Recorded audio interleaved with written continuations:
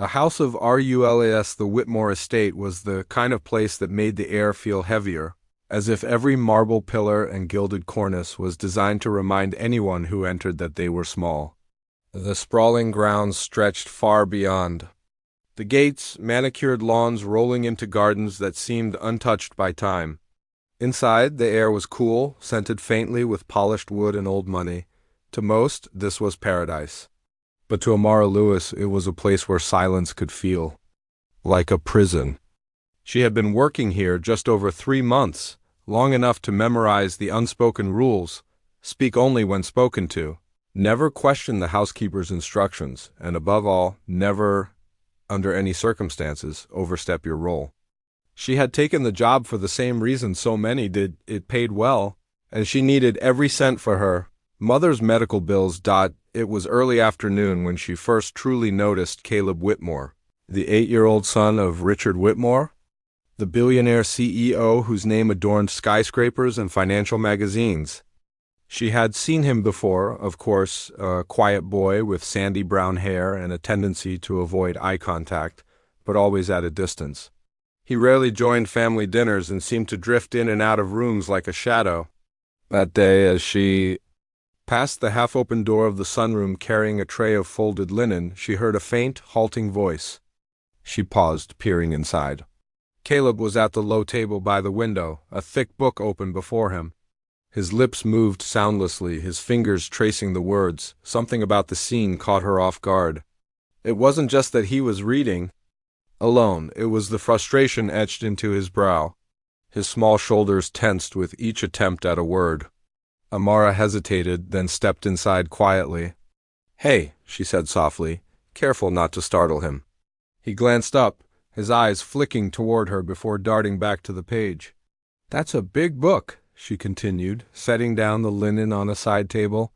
"What's it about?" Caleb didn't answer right away. Finally, in a low voice, he muttered, "I don't know. I don't get the words right." She came a little closer, crouching so she was at his level. "Want to try together?" The question hung in the air. She could almost see him weighing it, his fingers tapping a slow rhythm on the table, a self-soothing habit she recognized. Then, without looking up, he slid the book slightly toward her.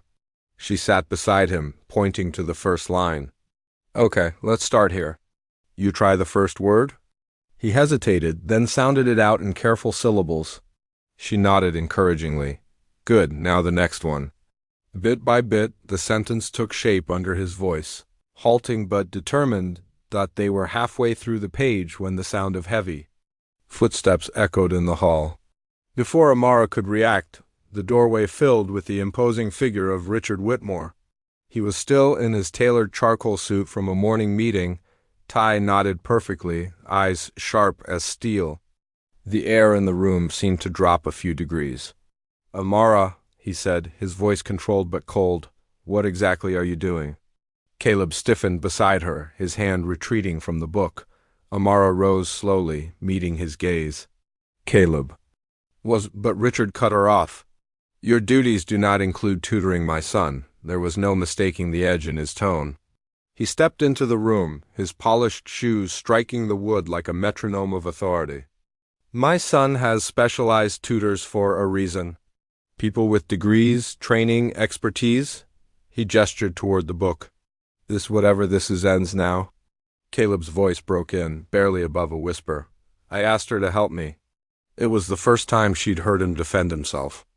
Richard's jaw tightened, but his eyes stayed fixed on Amara. "Return to your duties. I'll speak with Caleb about this." Amara swallowed her frustration, knowing there was no winning this moment. She gathered the linen and left, but not before catching Caleb's small, pleading glance. In that brief look, she saw something that stirred deep in her chest, not pity, but a fierce sense of injustice. He wasn't being difficult. He was trying, in a world that seemed to measure him only by standards he hadn't chosen. That night, long after the house had gone still, she sat on the edge of her narrow bed in the servants' quarters, the glow of her bedside lamp casting warm light over a worn notebook in her hands. It was filled with phonics exercises, word games, and short stories she'd used years ago to help her younger cousins learn to read. She thought of Caleb's face, the way his voice had lifted slightly when he got a word right. She knew she should let it go. Her job was too important to risk, but the thought of walking past him tomorrow, pretending nothing had happened, sat heavy in her stomach. The next afternoon, she found herself lingering in the hallway outside the sunroom. Caleb was there again, alone, another book open before him. When he saw her, his eyes lit with the briefest flicker of hope. She stepped inside without a word, took a seat across from him, and opened her notebook. "We'll have to be quick," she whispered. "Your dad can't know." His mouth curved into the smallest smile, and together they began again, a secret alliance forming in the quiet turn of pages, the quiet lessons in the loud WORLD. The days unfurled like silk ribbons, smooth on the surface, knotted underneath. And Amara learned to measure time not by clocks but by the angle of light that crossed the sunroom tiles and the rhythms Caleb used to steady himself, the tap-tap-tap of two fingers against the table edge, the way his heel rocked when a word loomed too big, the breath he took before deciding whether to try again. She came armed not with certificates or a polished methodology, but with a small arsenal of gentleness, index cards cut from cereal boxes, a handful of flat glass pebbles scavenged from a vase in the pantry, a loop of ribbon that became a tactile anchor. She labeled the pebbles with dry erase marker: cat, sun, red. Map then wiped and relabeled them as sounds turned into syllables and syllables into bridges. When he stumbled, she did not rush to rescue.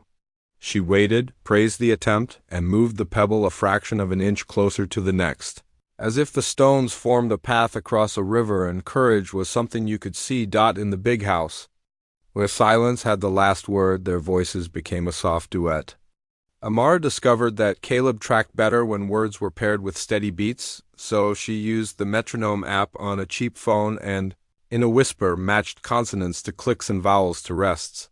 She learned that fluorescent lights sandpapered his attention, so she unscrewed a bulb near the window and pulled a sheer curtain, letting the room breathe in a more forgiving light. She learned that stories entered him best through the door of fascination rather than the gate of obligation.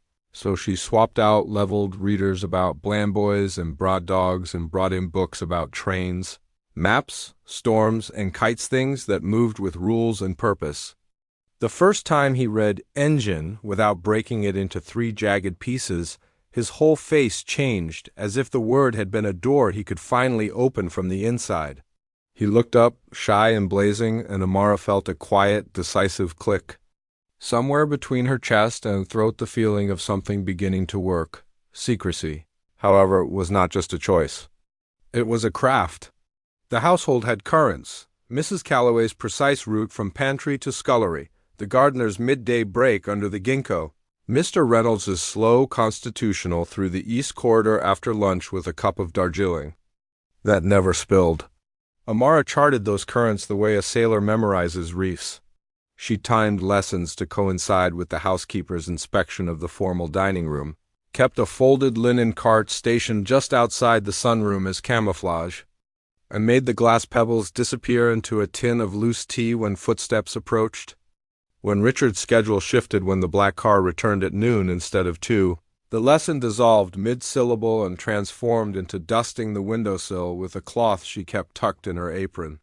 She spoke little to the staff and drew even less attention to herself, but even careful people cast shadows, and shadows in great houses are watched. It was Margaret Whitmore who first named the shadow. She appeared in doorways as if conjured by disapproval, all pearls and bone in winter, with the kind of smile a person wears to funerals and fundraising dinners. "The sunroom is for family," she said one morning, not looking up from the tablet where she pecked at a calendar. "You have linen shelves in the west hall that require attention." Her eyes flicked, a precise slice, toward the table where Caleb's fingers worried the edge of a card.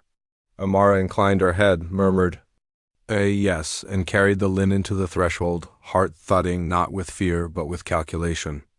When Margaret left, Mr. Reynolds drifted in, resting his palm for a thoughtful second on the chair where Amara had been sitting. "Some rooms soften people," he said, voice pitched like a secret.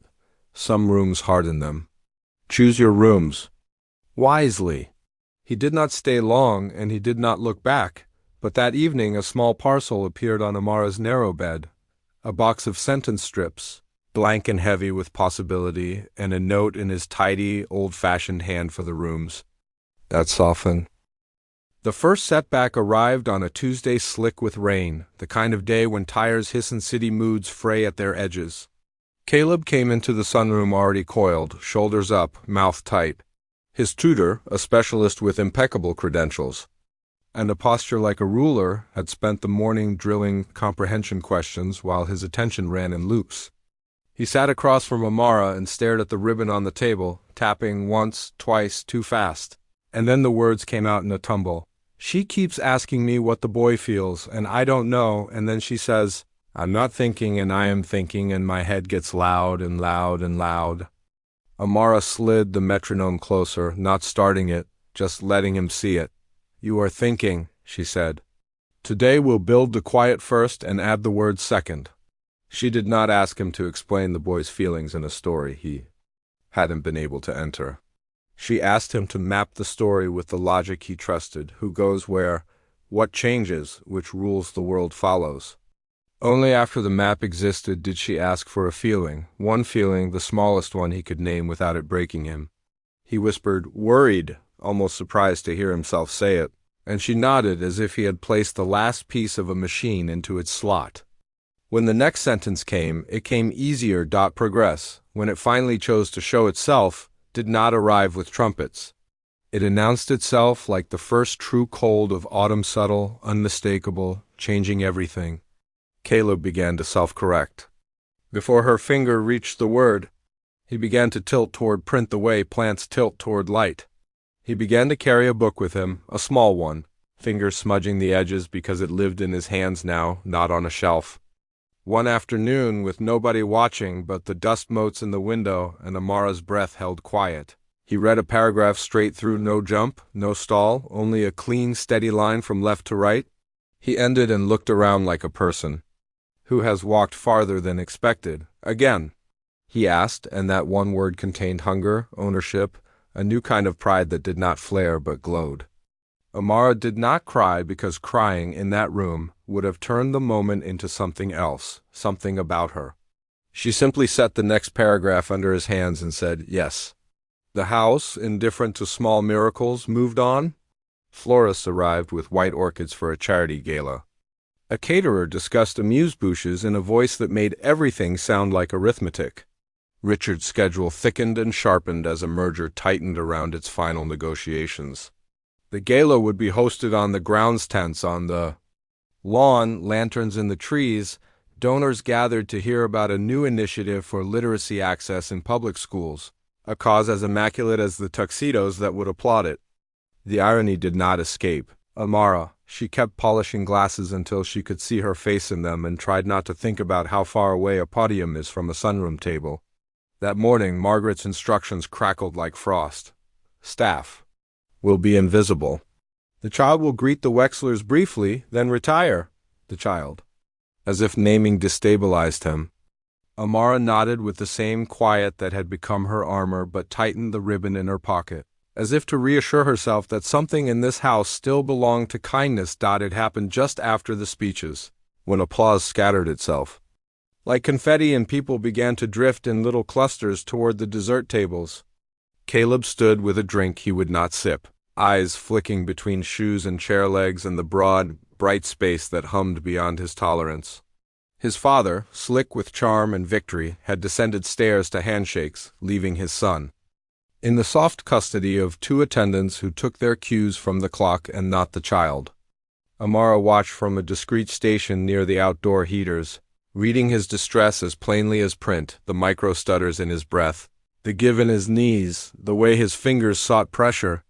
When the string quartet shifted from something gentle to something showy, the sound sheeted through him.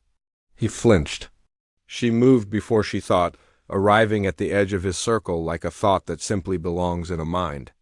Caleb, she said, low and sure, we can make a small room in a big place. She guided him toward the shadowed side of the tent, where the plastic walls held back some of the light and sound. She pressed the ribbon into his palm. "Let's build the quiet." She counted with him, matched her breathing to his, named 5 blue things, named 3 words that started with M, asked him which lantern was higher and which shadow was darker, giving his mind rails to run on until his chest loosened. He steadied. He looked up at her, a little wet at the corners, and whispered, "Thank you." Not because he had been taught the phrase, but because relief sometimes wears its own grammar. That was the moment Richard arrived. The glow of triumph. Not yet cooled on his face, a donor in his wake, a sentence already formed about data and impact. He took in the sight in a scan that understood markets and profit, but misread the physics of mercy, his son out of the curated light, the maid beside him, their hands connected by a ribbon. For one suspended beat, everything in his face was confusion. Then the old blade snapped back into place. "Miss Lewis," he said too softly. The donor began to murmur something about the foundation's reach, but Richard no longer had a public. He had a breach. "You will step away from my son?" Caleb startled at the tone, shrinking in place, and the ribbon slid between their hands. Amara did not argue in front of all those eyes. Not because she was afraid, but because she understood that dignity is something you sometimes save by carrying it silently to a safer room. She withdrew her hand and folded it against her apron. "Excuse me," she said to the air, and then to Caleb, but with her eyes this time, with the kind of look that doesn't break even when words do. "I am here." He nodded once, so small it might have been a tremor. What followed was not a scene so much as a choreography of power. Margaret materialized, ushering Caleb toward the stairs with a gentleness so brittle it might crack. The donor was reabsorbed into a group scented with money and influence. And Richard shifted his anger into something colder, administrative. Later, in the study where deals were made and unmade, he said sentences that did not rise or fall, boundaries, roles. Liability, termination. He did not raise his voice because raising voices is for people without levers. "This is simple," he concluded, eyes flat as numbers on a page. "You are not to involve yourself with Caleb's education. If I find that you have disregarded this a second time, I will have to let you go." Amara kept her hands folded and her breathing even. She could hear the gala ebbing a floor below them, laughter washing against the baseboards like a tide. "May I say one thing, sir?" He paused, impatience twitching. "One?" She thought about pleading. She did not plead. When he looks at words now, he does not look away. She left the room before he could reply. Because some truths do not require permission to exist. That night, the house doused its lights one wing at a time, and the lawns reclaimed their darkness. Amara sat on her narrow bed with her shoes still. On the sentence strips on her lap like blank checks she had no right to cash. The ultimatum lay in the air like humidity heavy, inescapable, and for the first time since she started, she let fear speak plainly to her. If you keep going, you could lose everything you are holding together. But fear did not get the last word.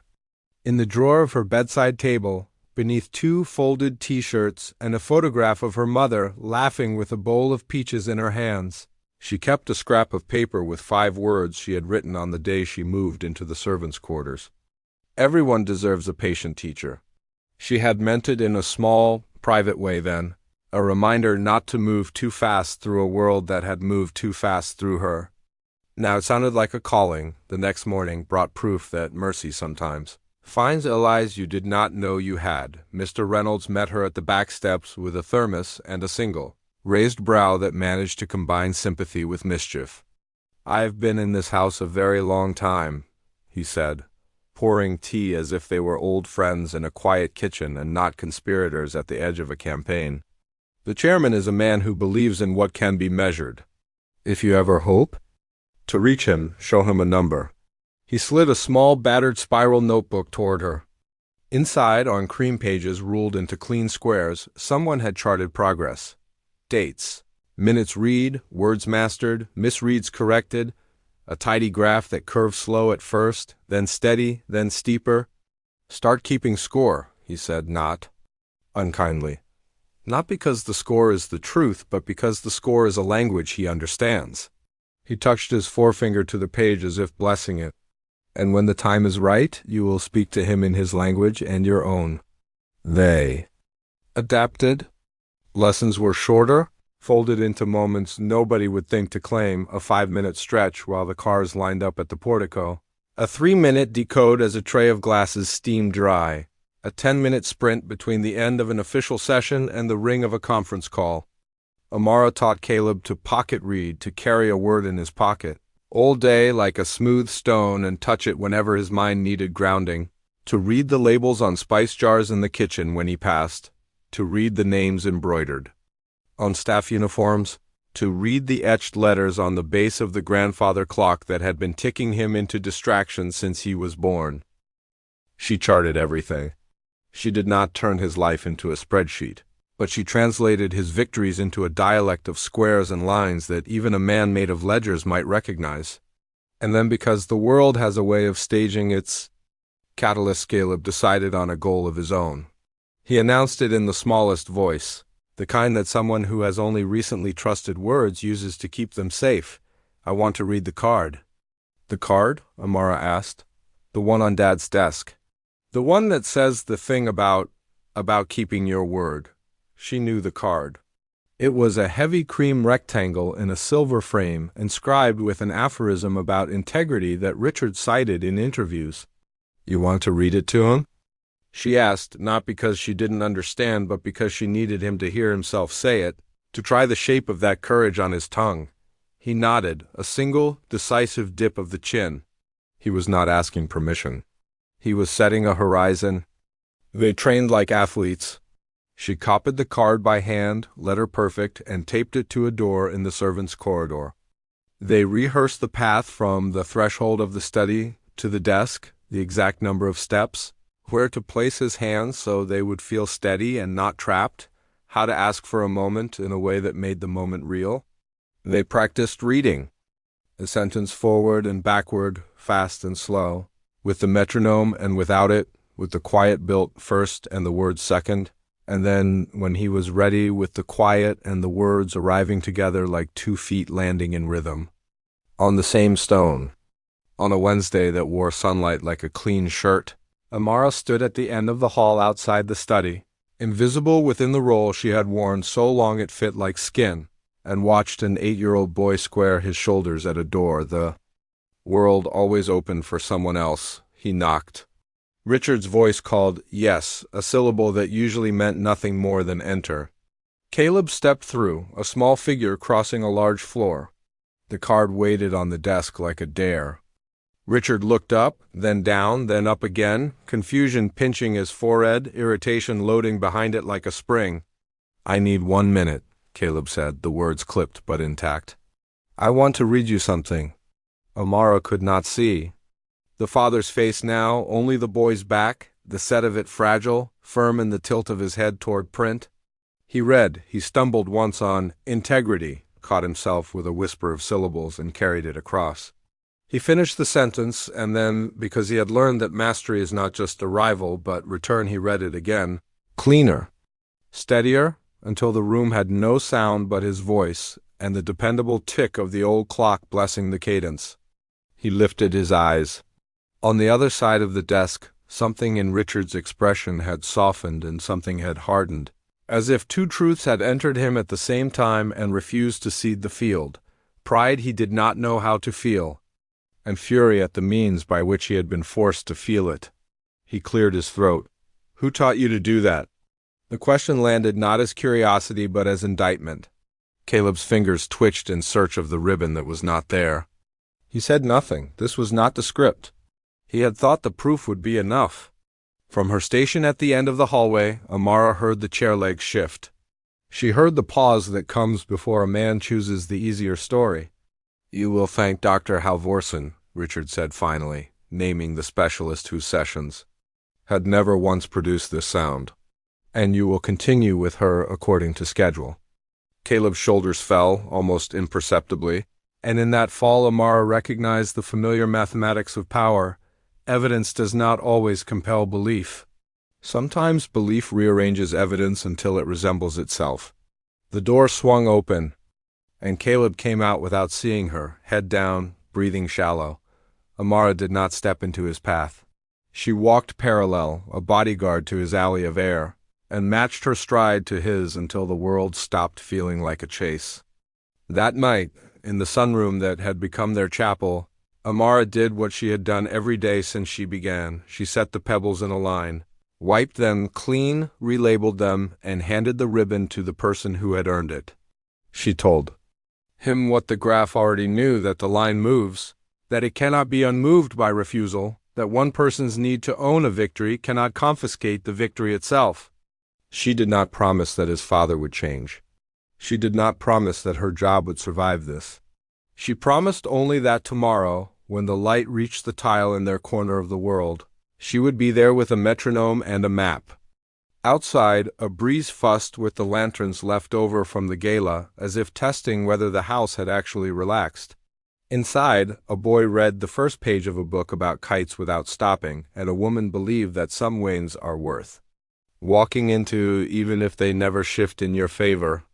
And somewhere beyond the hedge of habit and consequence, the future unmade, exacting possible waited for them to arrive with their small, stubborn tools, a pencil, a ribbon, a stack of blank strips, and a shared refusal to be told what rooms were for the storms they didn't invite. The Whitmore estate had a way of wearing winter differently than the rest of the city. Snow never lingered on its marble steps. It melted into neat rivulets that flowed toward the driveway drains. The lawns didn't turn brittle and brown, but stayed unnaturally green under the gardener's vigilant care. Inside, the air remained warm and faintly perfumed with expensive cedar polish, even as frost traced its delicate veins on the glass outside. Yet for all its climate control and quiet opulence, the house could not stop the storms that rose between its walls, storms of words unspoken and truths unwelcome. For Amara Lewis, those storms were now a constant hum in the background, like the faint buzz of the old refrigerator in the staff kitchen. She had survived Richard Whitmore's last ultimatum by doing what she always did, working harder, listening more than she spoke, and shaping her defiance into something so quiet it was nearly invisible. The chart Mr. Reynolds had suggested was now a permanent fixture in her room, hidden in the drawer beneath her folded sweaters. The graph lines on the page climbed like a small green shoot in winter, stubborn against the frost. Each spike marked a week where Caleb had read more words, mastered a longer sentence, or remembered a new strategy for calming his mind. When the world grew loud, they met now in pockets of time that could have been mistaken for chores or errands. Sometimes it was while Caleb helped her sort linens in the West Hall, a code for sitting on the floor behind a stack of folded sheets with a book hidden between them. Sometimes it was in the greenhouse, where the humidity fogged the glass and the air smelled of earth, and no one bothered to look for a maid among the ferns. They read by the light of the sun through glass or by the dim glow of a lantern hung from a hook. It was a slow, patient march forward, but outside their small alliance, the house had begun to take notice again. Margaret Whitmore's glances grew sharper, her questions more pointed. The housekeeper, Mrs. Calloway, had started appearing in rooms she rarely visited, her presence always announced by the faint rustle of her starch-stiff skirt. Once, Amara returned to her quarters to find the door slightly ajar, the graph in her drawer just an inch out of place. It was a silent warning. No one had to say it aloud for her to understand. They knew she was still doing what she had been told not to. Then came the night of the Foundation's midwinter dinner, a smaller, more exclusive affair than the gala, but no less weighted with expectation. Donors and business partners arrived in black cars that glided up the circular drive like sleek predators. Caleb was meant to make only a brief appearance, as usual, before being sent upstairs. But when Amara passed through the foyer carrying a silver tray of wine glasses, she saw him standing near the foot of the grand staircase, his eyes darting around like a trapped bird's. He had on a navy suit, the tie slightly crooked, his hands twisting the hem of his sleeve. Richard was across the room, laughing in that way men do when they want to be heard by the right people. Amara set her tray down and approached slowly, careful not to attract attention. "Too loud?" she asked quietly. Caleb nodded without looking at her. The quartet in the corner had just shifted to a fast, chattering piece. The sound was a jagged wall. "Breathe with me," she said, keeping her eyes forward so it looked like she was simply giving him instructions for standing still. "In, out, and out." She reached into her apron pocket and pressed one of the sentence strips into his hand, the one they had been practicing all week. He smoothed it flat and read it silently to himself, his lips forming the shapes. She saw the tension drain from his shoulders one breath at a time. They might have stayed unnoticed, if not for the arrival of one of Richard's oldest friends, a man named Howard Stratton, whose wealth was older than the Whitmore Towers and whose opinions were even more antiquated. "Is this your boy, Richard?" Howard called across the room, his voice cutting through the music. Richard turned, his smile fixed, and waved him over. "Come, Caleb," he beckoned, and the boy obeyed with the careful, mechanical steps of someone walking through a dream they don't like. Howard clapped a hand on Caleb's shoulder. "Handsome young man. What's he reading these days? Business biographies? Law books?" He chuckled at his own joke. Richard made a polite sound. Caleb's eyes flicked toward Amara, just a fraction, but enough for Howard to notice. "And who's this?" Howard asked. "Ah, one of the staff," Richard said smoothly. "Keeps the place running." Howard gave her a once-over, the kind of look that weighed people against the furniture. "Well," he said, "I hope she's teaching him some manners at least." The words were meant to be playful, but the way he said she carried something sour under it, something that reminded Amara of every locked door she had ever passed before she could step away. Caleb said, in a clear voice that startled all, "3 adults. She's teaching me to read." The air shifted. Richard's jaw tightened almost imperceptibly. Howard raised an eyebrow, glancing between them. "Is that so?" He said, "I thought you had the best tutors money could buy." Caleb's grip on the sentence strip in his pocket tightened. "She makes the words quiet," he said. There was no sarcasm in it, no performance, just a simple truth spoken into a room that didn't know what to do with it. Richard recovered first, letting out a short laugh that didn't reach his eyes. "Children say the most unexpected things," he said to Howard, before guiding his friend toward the dining hall. Caleb was left standing in the wake of that dismissal, his cheeks flushed. Amara touched his arm lightly, the smallest gesture of solidarity. That was brave," she whispered. He looked at her for a long second, then nodded. The fallout came the next morning. Amara was summoned to the study before breakfast, where Richard sat behind his desk, the silver-framed card gleaming beside him. "I thought we had an agreement," he said, his voice low but edged with steel. "You have been told twice that you are not to involve yourself in Caleb's education, and yet you continue." Amara held his gaze. "You heard what he said last night. He's learning, he's finding his voice." Richard leaned back in his chair, studying her. "I am not blind to his progress," he said, surprising her. "But I am also not blind to the fact that progress achieved without proper oversight can be dangerous." He steepled his fingers. "You've become a crutch for him, and crutches prevent strength." Amara took a step forward. "Or they make it possible to walk until the legs are strong enough on their own. With respect, sir, you're not seeing what's in front of you." He's not just memorizing words, he's connecting them, using them. That matters. For a moment there was something in Richard's eyes, conflict, maybe, or curiosity, but it vanished as quickly as it came. "You will stop," he said again, "or you will leave this house." This time there was no threat in his tone, just a flat statement of fact. She left the study with her head high, but her mind racing. How much longer could she keep this going? And at what cost? That evening, as snow began to fall in lazy spirals outside, Amara met Caleb in the greenhouse.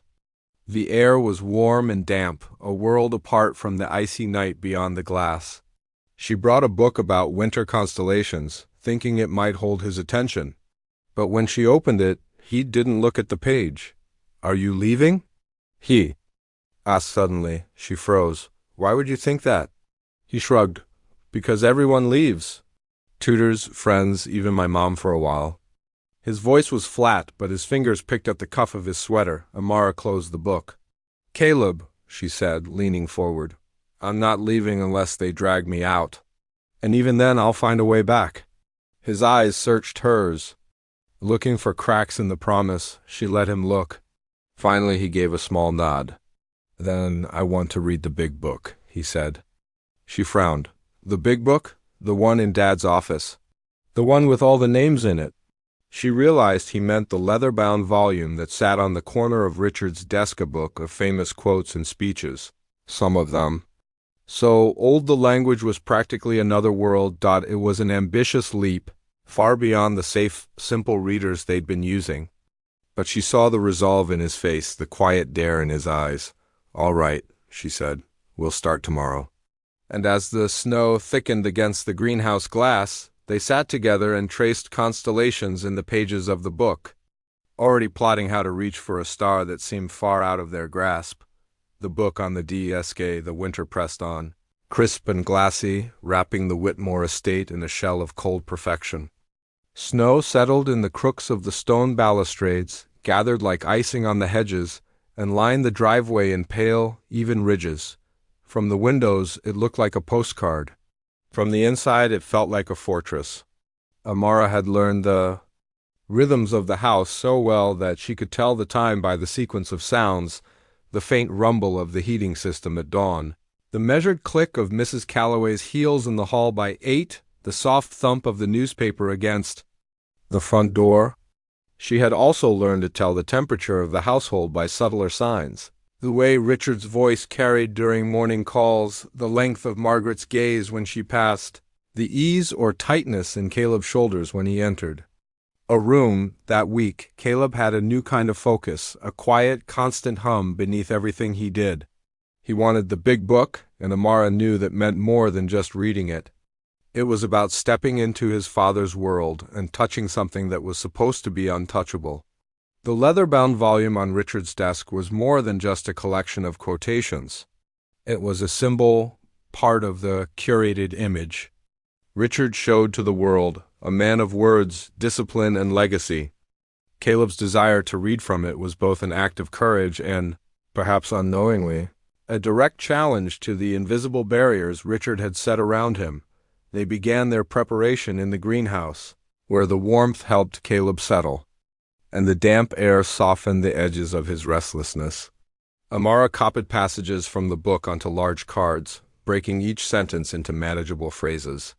The language was old-fashioned, full of clauses and semicolons, but she knew that Caleb loved patterns, and once he saw the structure of the sentences, he'd remember them. She spoke the words aloud first, letting him hear their rhythm, then let him try them on his own. He stumbled at perseverance the first few times, lips pressing hard around the V before it would come out, but when he finally nailed it, his eyes lit in a way she'd never forget. The more they worked, the more Amara saw how far he had come. Months ago, he would have shut down after 2 mistakes in a row, the frustration overwhelming his focus. Now he paused, tapped the table 3 times, and started again. Sometimes he asked for a break, and they would walk slow circles among the plants, naming colors, tracing leaves with their fingertips, until he was ready to try again. She found herself marveling at his resilience, at how the boy who once barely looked at the page now insisted on tackling words like resilience itself. But secrecy had a way of tightening like a knot, and she felt the strands drawing closer. Margaret's shadow seemed to stretch further these days. Mrs. Calloway's voice was sharper when she gave instructions. And then there was Richard, calmer than before, but not because he had softened. It was the calm of someone waiting for proof to confirm a suspicion. Amara understood the danger of the moment they were heading toward. She also understood that this was the kind of risk you didn't step back from once you had chosen to take. The day came sooner than she expected. A snowstorm had swept in overnight, muffling the city in thick silence. Richard was working from home, which meant the study was occupied from early morning. Caleb had asked 3 times if they were still going to do it, each time with a note of impatience that was rare for him. Amara had simply said, "We'll find our moment." She knew Richard's schedule well enough to predict the small windows when he would take a call in another room, when he would step out for a glass of water. But that morning, the moments kept slipping away. It wasn't until late afternoon that the chance arrived. Richard left the study, phone in hand, walking toward the far end of the hall, his voice clipped with business urgency. Amara looked at Caleb, and he knew. They slipped into the study quietly, the rich scent of leather and wood filling the air. The desk was immaculate, the silver frame with the integrity card gleaming in its usual place, and beside it, the book, the heavy, black leather cover, smooth at the corners from years of handling. Caleb approached it with reverence, his fingers brushing the embossed spine before he pulled it closer. "Go on," Amara whispered. Standing just behind him, he opened to the marked page, took a deep breath, and began. The first sentence came, slowly, each word deliberate but steady. He hit perseverance without faltering, a small smile flickering before he moved on. Amara could hear the confidence in his voice, the way he now read as if the words belonged to him, not to the page. He finished the passage and looked up at her. "Again?" he asked. She nodded. He was halfway through the second reading when the sound of footsteps reached them. Heavy, unhurried, approaching from the hall. Amara's stomach tightened. Caleb kept reading, perhaps not hearing them yet, but she knew it was too late to finish. The door opened. Richard stood there, still holding his phone, though now his attention was fixed entirely on them. His eyes went first to the book, then to Caleb, then to her. For a long moment he said nothing. The silence was so complete that the ticking of the clock on the far wall sounded loud enough to fill the room. Caleb didn't stop. He read the final sentence, closed the book, and looked at his father. "I wanted to read it to you," he said simply. Richard's face was unreadable.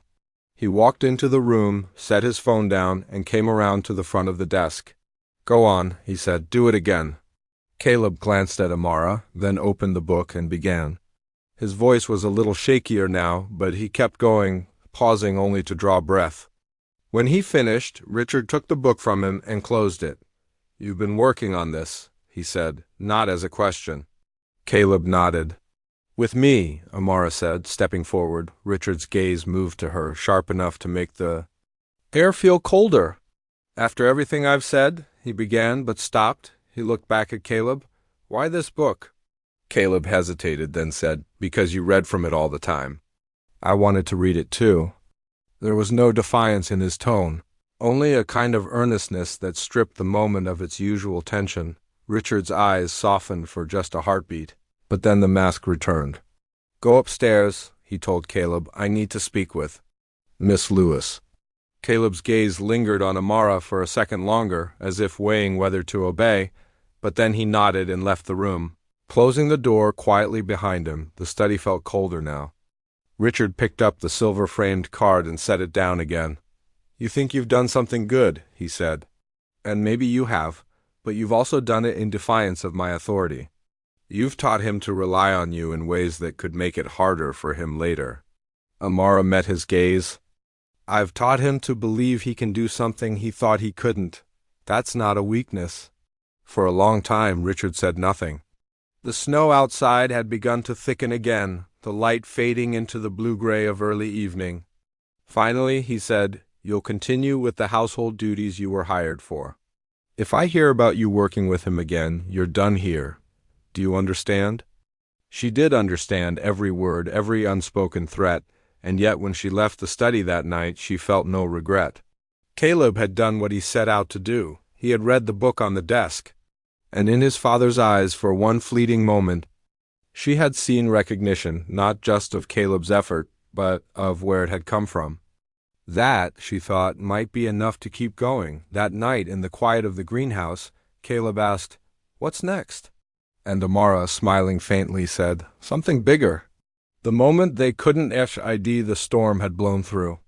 By morning, leaving the Whitmore estate under a hard crust of ice that glittered like glass in the pale sun, from the high windows of the staff corridor, the city looked distant and muted, its sharp edges softened under winter's weight.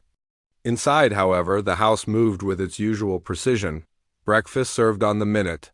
Schedules unfolding like clockwork, Richard's voice low but firm on his early calls.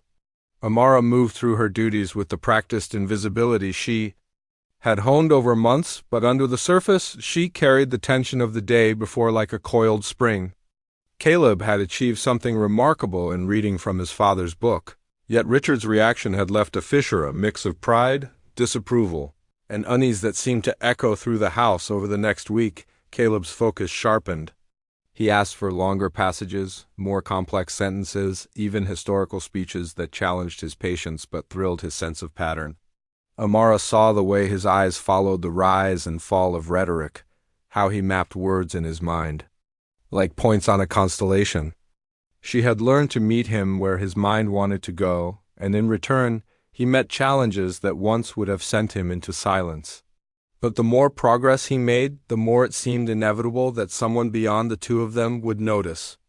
And in a house like this, nothing noticed stayed private for long. The opportunity for that notice came not through any plan of theirs, but by the machinery of the Whitmore social calendar.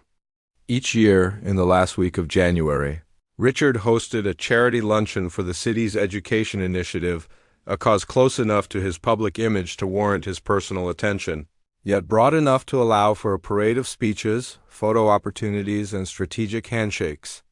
The event was held in the grand ballroom of the estate, its tall windows flooding the space with cold winter light, the chandeliers dripping crystal like frozen rain. This year, a small display was planned. Several student representatives from partner schools would read excerpts from famous works, a nod to the initiative's literacy focus. Richard's own son, however, was not on that list. Amara had no intention of changing that. She understood the politics of such events. They were showcases, not risks. But Caleb, curious about the preparations, wandered into the ballroom one afternoon while she was polishing silver for the tables. He watched the event coordinator rehearse a group of children on the small raised stage, his gaze fixed and thoughtful. When they paused, he turned to her and whispered, "I could do that." The way he said it was not boastful but certain, as if he were identifying a fact about the world. Amara hesitated. "It's not part of the plan," she murmured. "They have their readers already." Caleb looked at her, eyes steady. "But I can read now." At night, in the quiet of the greenhouse, he repeated it. "If I can read to my dad, I can read to anyone." And though she knew the risks, she also knew that this was the very thing they had been working toward, not the performance itself, but the belief behind it. So she copied one of the planned excerpts onto cards, breaking it into phrases the way they had practiced with the big book. They rehearsed in the greenhouse, in the staff hallway, even in the kitchen when no one was around. By the morning of the luncheon, he could deliver it without faltering, his voice clear and steady. The ballroom hummed with the energy of arrival, the low thrum of conversation, the polite clink of china, the rustle of silk and wool. Amara worked the periphery, carrying trays, keeping her eyes on the stage as the first children read. Caleb was seated with his Aunt Margaret near the side, dressed in a tailored navy blazer that seemed to stiffen his posture. He sat still, but she could see the quiet readiness in him, the way his fingers tapped once on his knee and then stopped a signal. They'd worked out for grounding himself. It happened in a moment of pure chance. One of the scheduled readers, a boy of about 10, froze midway through his excerpt, his eyes scanning the page without finding the next word. The pause stretched. The coordinator stepped forward, but before she could act, Caleb stood. He walked to the stage with a calmness that belied his age, took the paper from the boy's trembling hands, and began to read. The room shifted. Conversations stilled, heads turned. His voice was not loud, but it carried, each word deliberate, paced with the rhythm they had practiced. He didn't rush, didn't look up for approval, just followed the words from start to finish as if the page were a path he knew by heart. When he reached the last line, he folded the paper neatly and handed it back to the boy with a small nod. The applause came slowly at first, then with more force. Richard, seated at the head table, had not moved during the reading. His expression was unreadable, his gaze fixed on his son as if measuring something he had not expected to find. Margaret, beside him, clapped with the restrained politeness of someone fulfilling an obligation. But the donors at the surrounding tables, people accustomed to curated, Presentations seemed genuinely impressed. Caleb stepped down from the stage and made his way back to his seat. But halfway there, Richard. Rose, Caleb, he called. The boy stopped, turned. Come here. Caleb approached, the murmur in the room dropping to a hush. Richard placed a hand on his son's shoulder and said, "That was well done." The words were simple, but in Richard's world they were currency. Caleb's eyes flicked to Amara. For just a moment, and she gave him the smallest nod, the kind that said, "Yes, I saw." Yes, it was real. After the luncheon, the ballroom emptied into the wide hallway, the air buzzing with farewells and quiet deals. Richard found Amara near the service entrance. He didn't thank her, but neither did he issue another warning. Instead, he said, "He's improved. I can't ignore that." There was a pause, and then, "Keep doing what you're doing, but keep it quiet." And just like that, the line they'd been dancing along for months shifted, still narrow, still precarious, but no longer entirely forbidden. That night in the greenhouse, Caleb read the passage again, just for the two of them. When he finished, he grinned in that rare, unguarded way that made him look younger than his years. "What's next?" he asked again, and this time Amara didn't hesitate. "Something where the world can't look away." The moment that changed everything by February, winter had settled into the bones of the city. The days were short, the light a pale ribbon that slipped away too quickly, and the air outside sharp enough to make your breath feel like glass in your lungs. Inside the Whitmore estate, life moved with the same unyielding rhythm as always. Appointments ticked off, deals made, schedules obeyed, but beneath that clockwork exterior, something had shifted. Richard's quiet approval after the luncheon had not softened the house exactly, but it had loosened a single thread in the fabric. For the first time since she had arrived, Amara felt that what she and Caleb had built might survive, even if it had to remain hidden in the folds of their days. They worked more boldly now. Not recklessly. Richard's permission came with the condition of discretion, but with a certainty that their time together was no longer stolen entirely in defiance. Caleb's reading stretched into new territory, speeches with complex structures, poems whose rhythm tested his pacing, even short stories with multiple characters that required him to shift tone.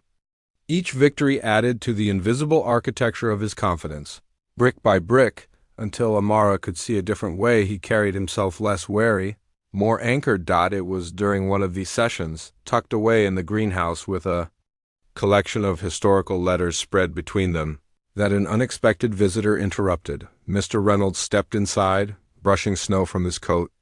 He was not a man given to drama, but the urgency in his voice made Amara straighten immediately. "The chairman's office just received an invitation," he said. "Richard has been asked to speak at the city's annual education summit next month." Amara nodded politely, unsure why this mattered to them, until Reynolds added, "They want Caleb to speak as well."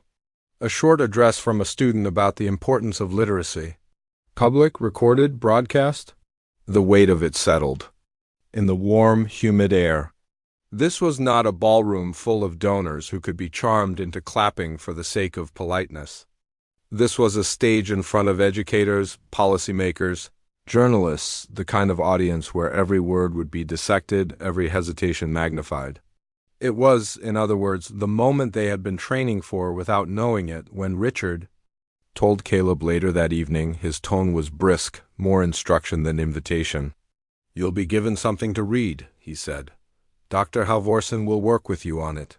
It's important you follow her lead."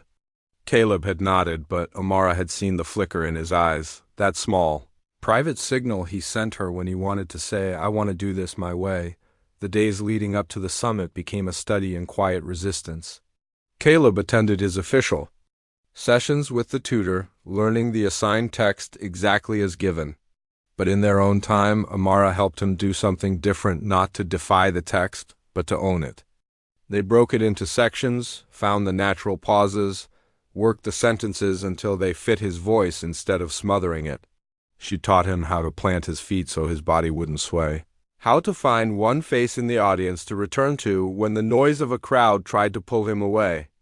More importantly, she taught him how to breathe between the words, so his mind never outran his mouth. The morning of the summit was bright but bitterly cold.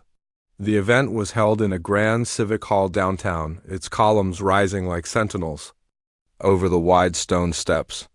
Inside, the air buzzed with the energy of hundreds of people finding their seats, flipping through programs, greeting old colleagues. From backstage, Caleb could see the edge of the podium, the white lights already trained on it.